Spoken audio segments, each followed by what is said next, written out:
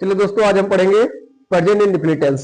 Present indefinite tense, जैसा कि हम लोग जानते हैं कि प्रेजेंट इंडेफिनिट टेंस का की अगर हम पहचान की बात करें तो अगर इसकी हम पहचान देखें तो जिन हिंदी वाक्यों के अंत में, देखिए प्रेजेंट इंडेफिनिट की पहचान देखें तो जिन हिंदी वाक्यों के अंत में ता है, ती है, ते हूं आदि शब्द आते हैं उसे हम प्रेजेंट इंडेफिनिट टेंस कहते हैं। जैसा आप लोग देख सकते हैं, लिखा है मेरे पिताजी रोज अखबार पढ़ते हैं। यहाँ पर आ गया ते हैं, यहाँ ते हैं, जाते हैं, ती है। तो इस प्रकार से जिन हिंदी वाक्यों के अंदर में ता है, ती है, ते है आदि शब्द आता है उसे हम बोलते हैं प्रेजेंट इंडेफिनिट टेंस। ठीक है। अच्छा, अगर प्रेजेंट इंडेफिनिट की बात करें तो इसका अगर अर्थ देखें तो उसको कहेंगे अनिश्चित वर्तमान काल। अनिश्चित वर्तमान काल, प्रेजेंट इंडेफिनिट का अर्थ हो गया अनिश्चित वर्तमान काल। हमने इसकी पहचान देख ली। पहचान बहुत ही आसान है। जिन हिंदी वाक्यों के अंदर में ता है, ती है, तो है आदि शब्द आता है प्रेजेंट इंडेफिनिट टेंस कहलाता है। ठीक है, इसको भूलना नहीं है, ध्यान रखिएगा। ता है, ती है, देखिए यहाँ पर ते है, ती है आदि शब्द आ गया तो ये समझिए प्रेजेंट इंडेफिनिट टेंस है। और अगर लास्ट में है शब्द आ जाए, है केवल, तो हम जान जाएंगे कि ये प्रेजेंट की फैमिली है, ये प्रेजेंट का परिवार है।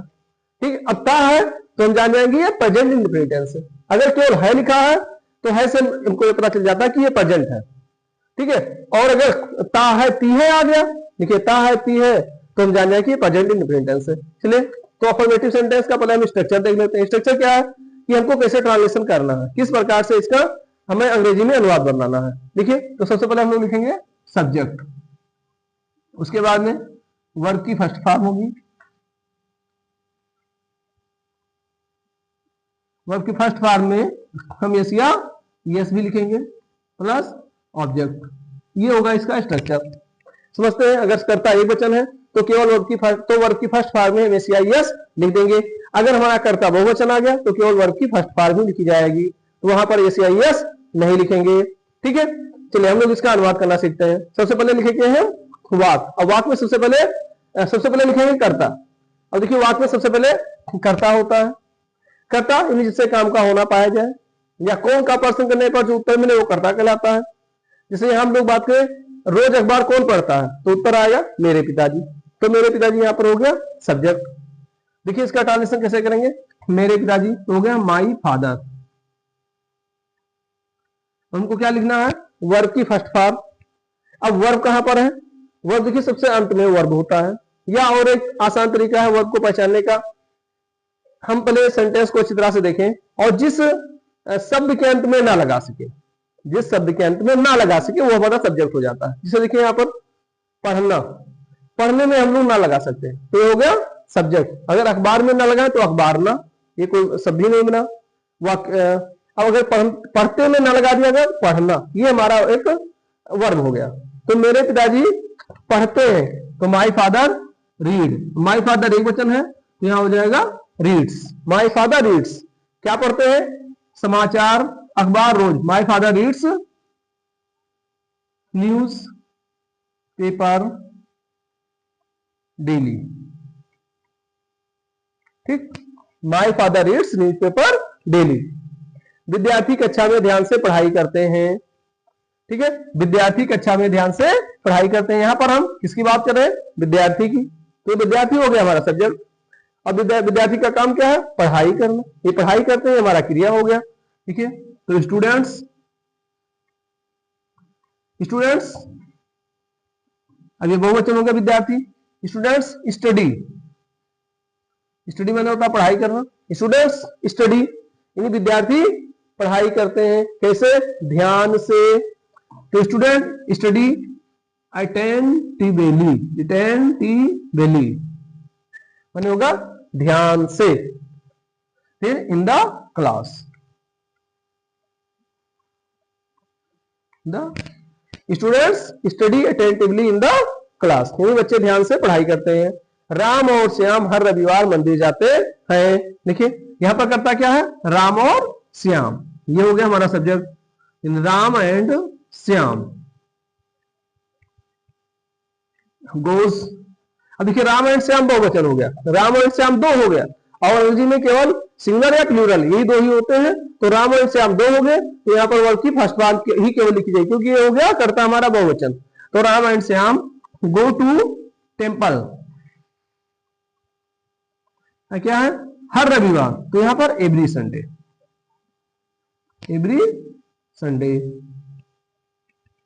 एक और देखते हैं, मेरी दादी जी रोज भगवान की पूजा करती है, यहां करता हो गया मेरी दादी जी, तो ये हो गया माई ग्रैंड मदर।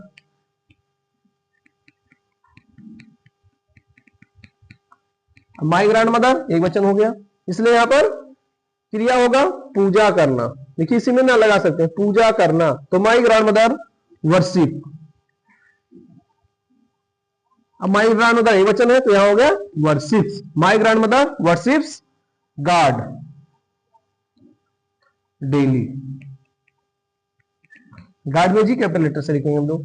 ट्रेन समय पर स्टेशन पहुंचती है, देखिए ट्रेन, देखिए ट्रेन, अब ट्रेन एक वचन है, पहुंचती है तो यहां हो जाएगा अराइव्स, ठीक। ट्रेन अराइव्स, समय पर स्टेशन पहुंचती है तो train arrives at the station on time, on time.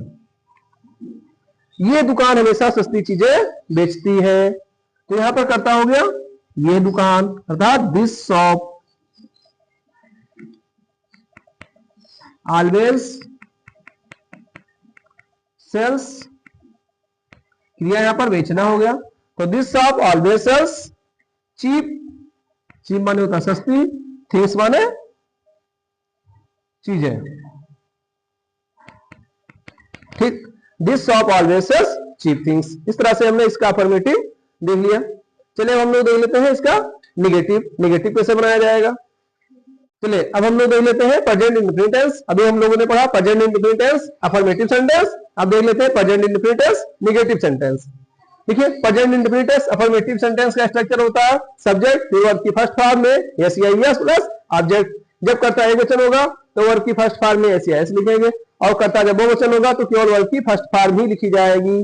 चलिए अब हम लोग निगेटिव सेंटेंस देख लेते हैं इसका स्ट्रक्चर। सबसे पहले हम लोग सब्जेक्ट यहां भी लिखेंगे, और उसके बाद में यहां पर हो जाएगा डू नॉट या डज नॉट, डू नॉट या डज नॉट लिखेंगे, और उसके बाद में वर्ब की फर्स्ट फॉर्म प्लस ऑब्जेक्ट, ठीक। चलिए हम लोग इसका देखिए सब्जेक्ट डू नॉट या डज नॉट, फिर वर्ब की फर्स्ट फॉर्म प्लस ऑब्जेक्ट।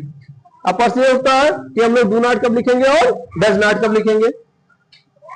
जब करता एक वचन होगा तो हम लोग लिखेंगे डज नॉट, जब करता बहुवचन होगा तो हम लोग लिखेंगे डू नॉट, और सबके साथ में यहां वर्ब की फर्स्ट फॉर्म ही लिखी जाएगी। देखते हैं, मेरे पिताजी रात में अखबार नहीं पढ़ते हैं। देखिए ट्रांसलेशन क्या होगा, माई फादर, अब ये एक वचन हो गया तो यहां हो जाएगा does not, my father does not read newspaper. Newspaper माने होता है अखबार, इन द नाइट, रात में, इन द नाइट। विद्यार्थी बिना शिक्षक के ध्यान से नहीं पढ़ते हैं, विद्यार्थी बिना शिक्षक के ध्यान से नहीं पढ़ते हैं, यानी कि द स्टूडेंट। अब यहां पर नहीं पढ़ते हैं, डू नॉट स्टडी, ध्यान से अटेंटिवली, अटेंटिवली, ठीक। द स्टूडेंट्स डू नॉट, अब देखिए विद्यार्थी यहां पर हम लोग सभी विद्यार्थी की बात कर रहे हैं, बिना विद्यार्थी के ध्यान से नहीं पढ़ते हैं, तो the students do not study attentively, बिना शिक्षक के, बिना की होगा विदाउट टीचर, ठीक। The students do not study attentively without teacher. इसको समझते हैं मेरी दादी जी कभी झूठ नहीं बोलती है। इसका ट्रांसलेशन क्या होगा, करता यहां पर होगा मेरी दादी जी, यानी कि माई ग्रैंड मदर, अब कभी नहीं के लिए हम लोग लिखेंगे neighbour. My grandmother neighbour,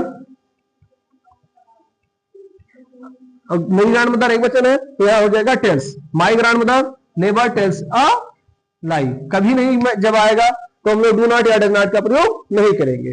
बच्चे आलस्य से पढ़ाई नहीं करते हैं। देखिए द चिल्ड्रेन, अब चिल्ड्रेन बहुवचन है तो यहां हम लोग लिखेंगे do not, do not study. इसका मतलब बच्चे पढ़ाई नहीं करते हैं, किसे? आलस्य से, यानी कि लेजीनेस, लेजीनेस। ठीक, आगे देखिए गाड़ी हरी बत्ती पर नहीं रुकती है, गाड़ी हरी बत्ती पर नहीं रुकती, इसको समझते हैं, यानी कि the train does not stop, does not stop, यानी कि ट्रेन नहीं रुकती है कहां पर? हरी बत्ती पर, on green light, on green signal.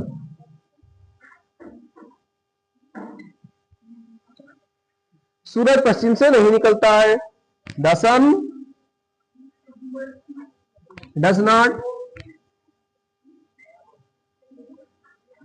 Rise, पश्चिम से इन द वेस्ट। ठीक, इस तरह से हम लोगों ने निगेटिव सेंटेंस को देख लिया। आशा है कि समझ में आ गया होगा। चलिए इसके बाद में हम लोग इंट्रोगेटिव सेंटेंस को भी देख लेते हैं। इसको अगर आप लोग चाहें तो उतार सकते हैं।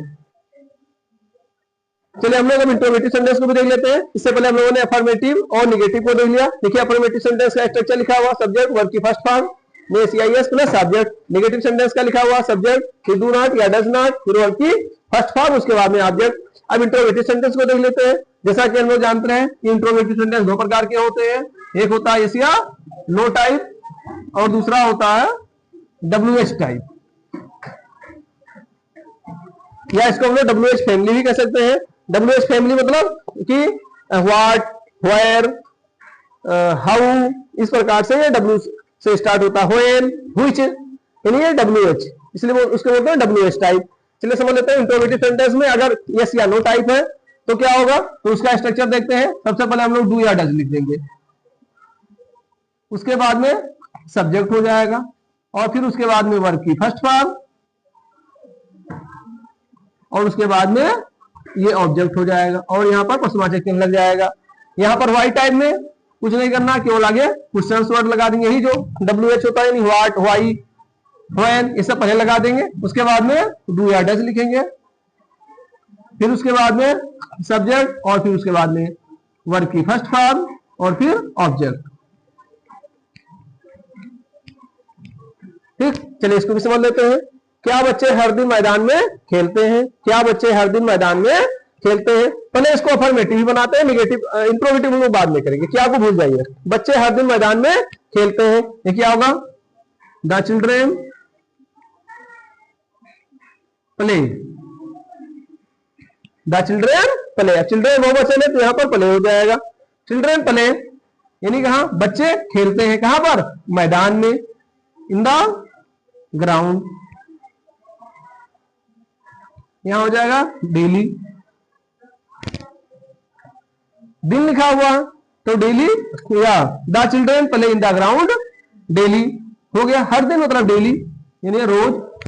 अब यहां पर क्या लिखा हुआ, अब हम लोग देखें द चिल्ड्रेन एक वचन है कि बहुवचन, तो द चिल्ड्रेन बहुवचन है तो यहां हो जाएगा डू, बस हो गया। क्या डू लगा दिया गया, क्या हो गया, यानी कि do the children play in the ground daily. क्या तुम्हारी माँ हर त्योहार पर मिठाई बनाती है? अब देखते हैं क्या, मैंने क्या को भी लिखे, तुम्हारी माँ हर त्योहार पर मिठाई बनाती है। देखिए क्या होगा, योर मदर मेक्स, मेक माने बनाना। अब योर मदर एक वचन है तो यहां पर हो जाएगा makes, your mother makes sweet. ठीक है, हर त्योहार पर, ऑन एवरी फेस्टिवल, फेस्टिवल माने होता है त्योहार। अब चूंकि यहां पर क्या लिखा हुआ और ये योर मदर एक वचन है तो यहां पर आगे हो जाएगा डज, डज योर मदर और यहां से नेक्स्ट आगे देंगे। ठीक, एकदम सेम अफर्मेटिव की तरह है। इंट्रोगेटिव में हमको डू या डज पहले लगा देना है, बस इतना ही काम करना है। क्या वो हर सप्ताह बाजार जाते हैं? पहले देखते हैं, वो हर सप्ताह बाजार जाते हैं। दे गो, अब एक वचन बहुवचन इसलिए यहां पर केवल गो होगा, तो दे गो टू मार्केट। हर सप्ताह यानी एवरी वीक, एवरी वीक। ठीक, अब क्या लिखा हुआ? तो दे बहुवचन है इसलिए यहां पर हो जाएगा डू। ठीक, यानी हेल्पिंग वर्ब डू डज पहले लगा देंगे, क्या हो गया। यहां देखते हैं महेश बाजार में क्या खरीदता है। यहां जो देखते हैं प्रश्नवाचक शब्द वाक्य के बीच में लिखा हुआ है, इसको कोई बात नहीं, घबराने की कोई जरूरत नहीं है, क्या को भी छोड़िए। महेश बाजार में खरीदता, पहले इसी का लिखेंगे, महेश बाजार में खरीदता है। तो महेश एक वचन है, तो यहां बाई, तो यहां हो जाएगा बाइस। In the market, in the market. ठीक, महेश बाजार में खरीदता, क्या भी है तो क्या की अंग्रेजी होता है? व्हाट। इसको हम सबसे पहले लिखेंगे व्हाट। ठीक, अब महेश है एक वचन इसलिए यहां पर लिख देंगे डज। व्हाट डज महेश, यहां पर केवल वर्ब की फर्स्ट बार में आएगी।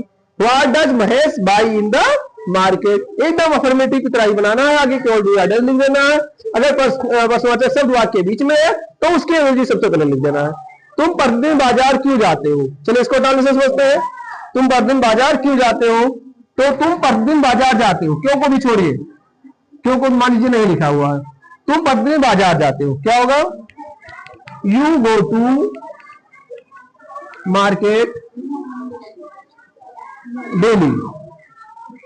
अब यहां क्यों लिखा? ये तो हो गया affirmative, you go to market daily, तुम रोज बाजार जाते हो, तुम प्रतिदिन बाजार जाते हो। अगर यहां पर क्यों लिखा हुआ है तो इसकी अंग्रेजी हम लोग सबसे पहले लिखेंगे, तो इसकी अंग्रेजी क्या होगा? व्हाई। ठीक, अब यू बहुवचन है तो यहां पर हो जाएगा do. Why do you go to market daily. ठीक, इस तरह से हम लोगों ने नेगेटिव सेंटेंस को भी देख लिया। आशा है कि अफर्मेटिव, नेगेटिव और इंट्रोगेटिव तीनों अच्छी तरह से समझ में आ गया होगा। ठीक है, चलिए इसको आप लोग उतार लीजिए। अब इसके बाद हम लोग अगला टेंस देखेंगे। अगला टेंस हम लोग अगले वीडियो में देखेंगे।